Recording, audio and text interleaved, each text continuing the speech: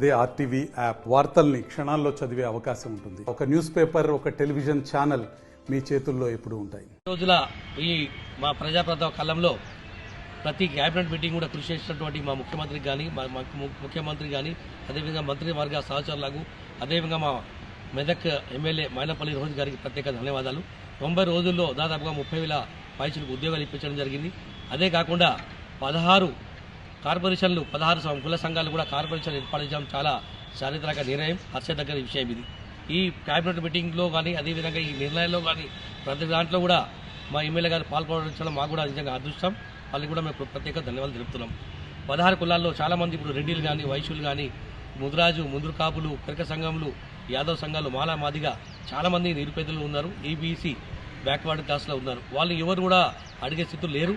కానీ ఈరోజు అడగకముందే మా ముఖ్యమంత్రి కానీ మా కాంగ్రెస్ ప్రభుత్వం కానీ మా ఈ విధంగా రెడ్డి సంఘాన్ని కానీ అన్ని 16 సంఘాల కార్పొరేషన్ ఏర్పాటు చేసినందుకు వారికి ప్రత్యేక ధన్యవాదాలు తెలియజేస్తున్నాం.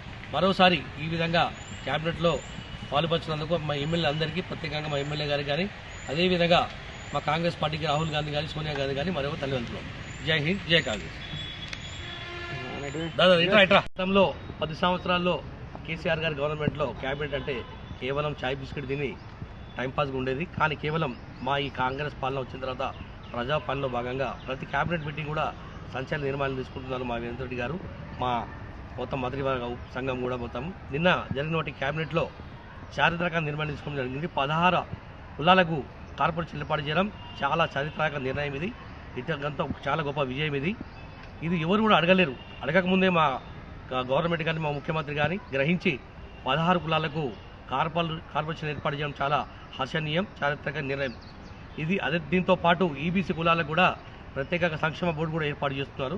మీరు గతంలో చూస్తే రెడ్డిలు కానీ వైశ్యులు కానీ ముదురాజులు కానీ ముదురు కాపులు కానీ పెరక సంఘాలు కానీ చాలామంది గరీబులు ఉంటారు, చాలా ఎకనామికల్ బ్యాక్వర్డ్ ఉంటారు. వాళ్ళు చెప్పుకునే స్థితిలో ఉన్నారు. కానీ వాళ్ళకి అడగకముందే మా రాష్ట్ర ప్రభుత్వము వాళ్ళకి కార్పొరేషన్లు ఏర్పాటు చేసి వాళ్ళ కులాలకు కానీ వాళ్ళకు కూడా ప్రత్యేకంగా ముందు చూపులో వాళ్ళకు బాగుపడడానికి ఈ కార్పొరేషన్ ఏర్పాటు చేసినందుకు మరోసారి మా రేవంత్ రెడ్డి గారికి, రాష్ట్ర ప్రభుత్వానికి, సోనియా గాంధీ గారికి, రాహుల్ గాంధీ గారికి, ప్రతి ముఖ్యమంత్రి గారికి, అదేవిధంగా మా మంత్రివర్గ పేర్లకు, అదేవిధంగా మా ఎమ్మెల్యేలకు ప్రత్యేకంగా ధన్యవాదాలు తెలుపుతున్నాం. జై హింద్, జై కాంగ్రెస్. మరిన్ని వీడియోస్ కోసం ఛానల్ ని సబ్స్క్రైబ్ చేయండి. లేటెస్ట్ అప్డేట్స్ కోసం వాట్సాప్ ఛానల్ ని ఫాలో చేయండి. అండ్ లింక్ డిస్క్రిప్షన్ లో ఉంది.